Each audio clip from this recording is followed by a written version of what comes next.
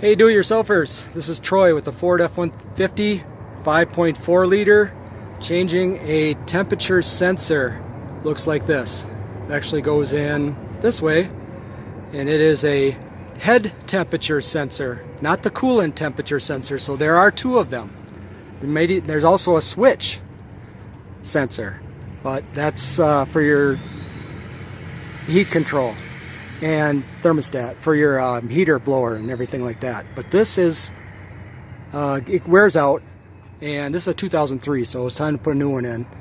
And they are located underneath and behind where the thermostat housing is. That's that.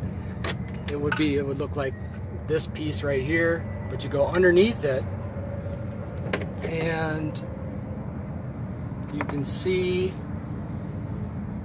hopefully, right there is where it goes.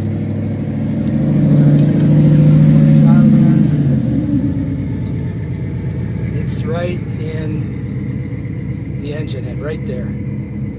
So this piece just goes right in that hole there, and it clips on to this.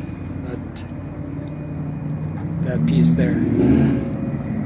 So I'm just changing it out, having issues with my engine not running, using too much fuel, and not enough compression or not enough power. So I'm going to change these and see how it does, and I'll catch up with you later. Again, thank you YouTubers. When I find the temperature, when I find the coolant temperature sensor, I'll make another video. Otherwise, if you know where it is or you have any comments, let me know. I believe they're all the same on a 97 through 2003 Ford F-150. Thank you. God bless.